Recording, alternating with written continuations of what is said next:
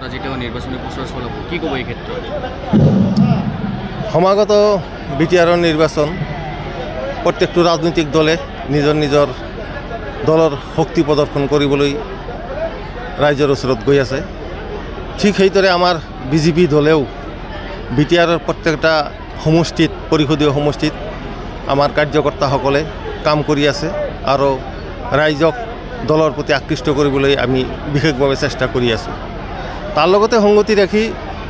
আমাৰ মাননীয় মুখ্যমন্ত্ৰী ডাঙৰীয়া আজি এইখন ফিল্ডত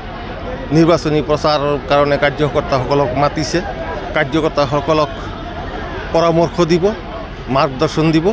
যাতে আমি শক্তিশালীভাৱে এইখন বিটিআৰত নিৰ্বাচনত প্ৰতিদ্বন্দ্বিতা কৰিব পাৰোঁ আৰু এটা শক্তিশালী স্থিতিত